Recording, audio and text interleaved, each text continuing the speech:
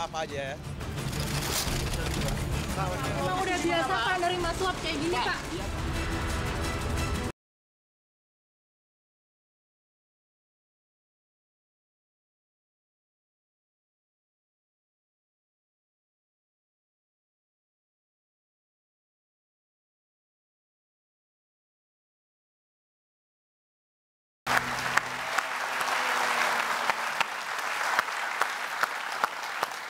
Tahun 2018 saja KPK mencatat sudah 60 wakil rakyat DPR dan DPRD yang kemudian terjerat kasus korupsi. Saya ingin ke Donald. Donald, ini korupsi akan jadi salah satu tantangan terberat mereka-mereka ini. Apa catatan Anda terhadap ini? Secara teoretik korupsi itu lintas gender, lintas usia, mau tua mau muda, sama-sama sepanjang punya akses kepada kekuasaan, punya akses kepada pengambilan kebijakan, dia akan rentan terkena kasus korupsi. Teman-teman caleg yang berasal dari latar belakang artis, musisi, kalau jadi nih, dia akan bergabung paling tidak kepada 3 poros nantinya di DPR RI.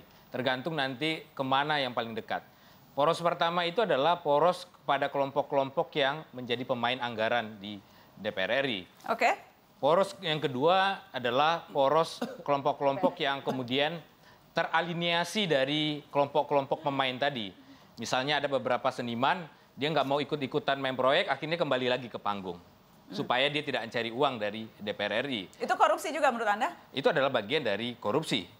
Yang ketiga adalah membentuk poros baru.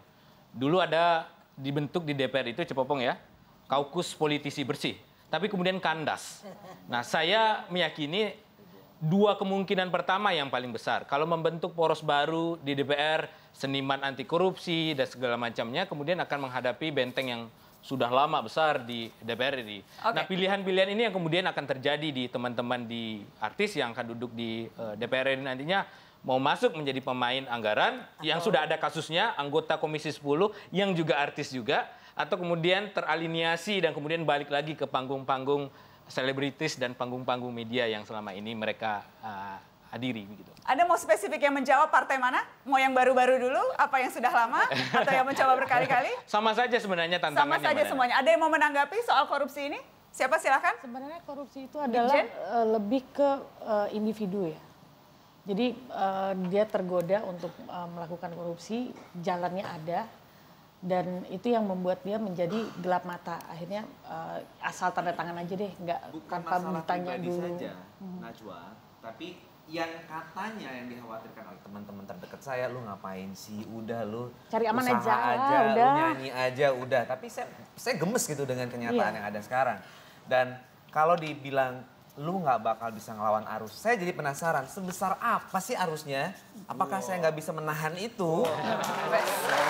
Bagaimana arusnya sebesar apa, Donald? Di KPK itu punya buku kecil, judulnya itu menarik sekali, teman-teman. Memahami untuk membasmi. Karena tidak mungkin membasmi korupsi kalau tidak memahami apa itu korupsi. Pertanyaannya sederhana, dari 6 teman-teman yang di depan ini, siapa yang pernah membaca buku itu atau paling tidak pernah membaca undang-undang tidak pidana korupsi? Siapa yang pernah membaca undang-undang tipikor? Aku pernah sih. Sarjana hukum. Karena semua sarjana hukum ya. Yang lain? Saya tidak terlalu dalam. Ya. Tidak merasa itu penting? Atau belum sempat? Penting banget. Penting tapi tidak cukup penting untuk dipelajari. Penting, yang paling penting adalah mempertebal keimanan kita, menyadari bahwa ini adalah amal jariah kita di akhirat nanti. Jadi tidak ada yang namanya korupsi. Jadi korupsi, kalau yang ada definisi korupsi itu kan lebih kepada kita memperkaya diri sendiri, Iya, gitu kan. Lebih memperkaya diri sendiri. Nah makanya dari itu, kalau dari individu sih betul ya. Dan balik lagi sebagai politisi ya itu harus punya prinsip dan juga tujuan awalnya gitu. Jangan kita mau jadi politisi untuk memperkaya diri sendiri. Kita menjadi politisi ya untuk kepentingan rakyat gitu loh. Bagaimana Giring? Najwa, kalau menurut aku kalau di Amerika kita tahu bahwa korupsi itu ada 2, satu korupsi uang, satu abuse of power, ya kan, menggunakan kekuasaan untuk abuse of power lah, untuk kepentingannya dia sendiri atau kelompoknya. Tapi kalau menurut aku pengen banget saya pribadi atau PSI berkolaborasi dengan ICW dan ajarin kita dong. Apa aja sih yang kita nggak boleh nanti pas sudah duduk di sana. Karena jujurnya saya jujur pribadi saja. Saya belum tahu. Makanya hari ini saya komitmen bahwa abis ini Donald yuk kita duduk bareng. Gua mau banget belajar juga. Sekarang, Karena jujur, Barang.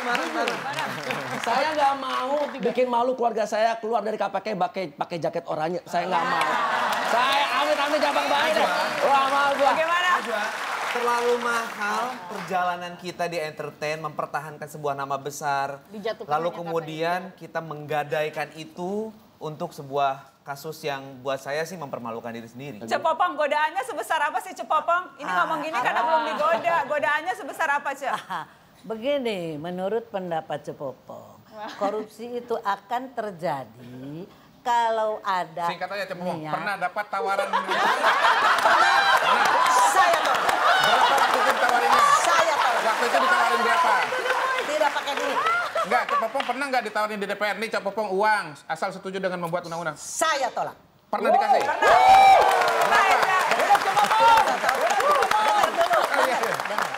Korupsi bisa terjadi pertama kalau ada niat. Iya.